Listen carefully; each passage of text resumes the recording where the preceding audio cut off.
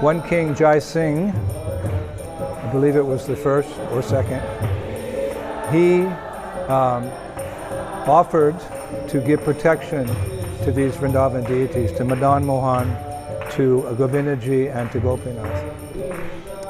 So it took some time, months or perhaps a year or more.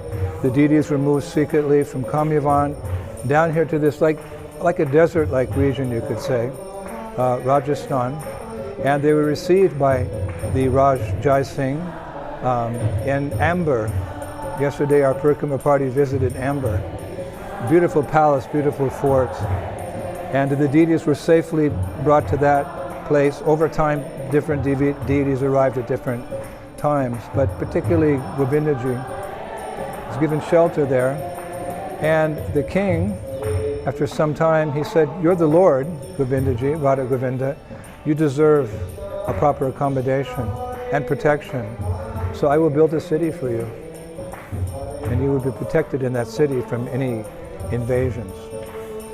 So it took some time, but the king built Jaipur, a city of victory, meaning that the victory was that the deities were protected. And Jai Singh constructed the city in such a way that the temple at that time, and to some degree even today, that temple is right in the center of Jaipur. And the king, he built his residence maybe 100 meters from the temple. And he built his residence in such a way that when he woke up in the morning, he'd take his bath and do his various rituals, and he'd walk out onto the porch, and he could look directly into the temple and see Radha Govinda. This is a real king who rules in such a way as to make sure people prosper materially, because that's required, so one can be peaceful to worship Krishna. But he also is concerned about people's spiritual welfare. In Vedic times, the kings would tax the people to perform yajnas, because yajnas cost a lot of money to perform properly. He'd perform yajnas for the prosperity of society. Krishna says in the Bhagavad Gita, "In the beginning I sent forth generations of men and demigods, and blessed them that by the performance of yajna, all desirable things will be achieved." So what is a yajna? Really, you could say a yajna means thank you. It's a way of acknowledging the mercy of the Supreme Personality of Godhead. So kings like Jai Singh, the first, the second, and so forth, their succession, these were Raja Rishis, and they were Krishna conscious.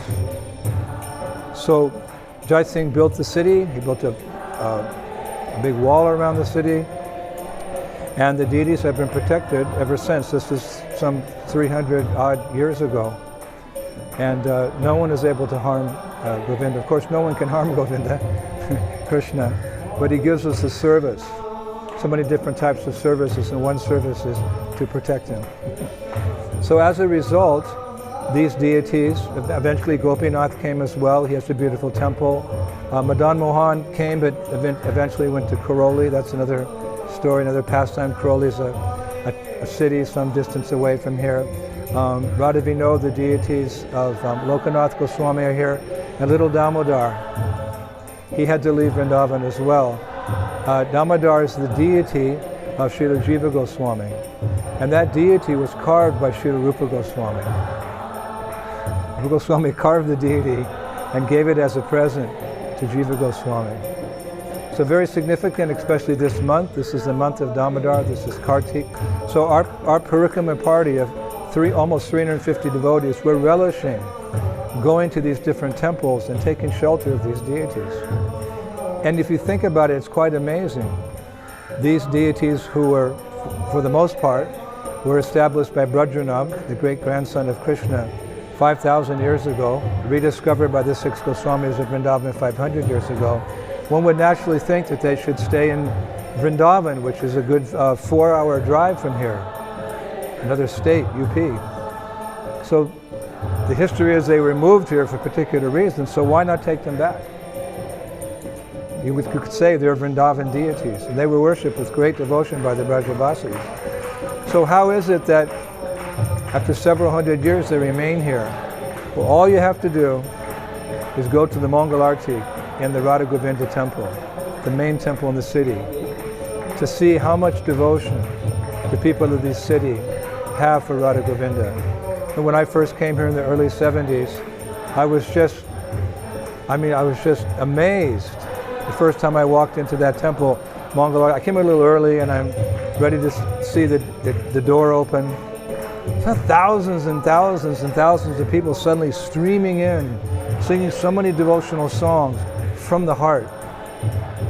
They have a group of men in the back who, have been singing, following tradition of singing for hundreds of years. So much devotion, and you just feel the atmosphere is electric with bhav, with devotion for the deity. And they keep streaming. Actually, they have made the temple even bigger, but even now it can hardly accommodate the thousands of people who come. Literally thousands and thousands of people come every morning before they go to work, before they go to school, whatever their activities at home are. Everyone, not everyone, but a good amount of the people of Jaipur, they come to see the Lord. That's our tradition. It's called samskara. Samskara means something that makes a deep impression in one's heart. So if you begin your day by seeing the Lord in His deity form, by chanting His holy names, by hearing His glories from the Srimad Bhagavatam, and finally tasting the foodstuffs that have been offered to Him in loving devotion, prasadam, it creates a samskara, deep impression in your heart. So when you go out in the world to work, as we have to do, it's difficult to forget Krishna. Of course you're working, but in the back of your mind, in your heart of hearts, you're offering all that work to the Lord because you had that deep impression in the morning. And perhaps because of the nature of that hard work during the day and being in contact with the material energy, you need a boost. We see the people here in Jaipur, they come back, the same thousands and thousands and thousands, I could say tens of thousands, they come back to see Govindaji, Radha Govinda, or Radha Gopinath, or Radha Vinod in the evening. So impressive to see a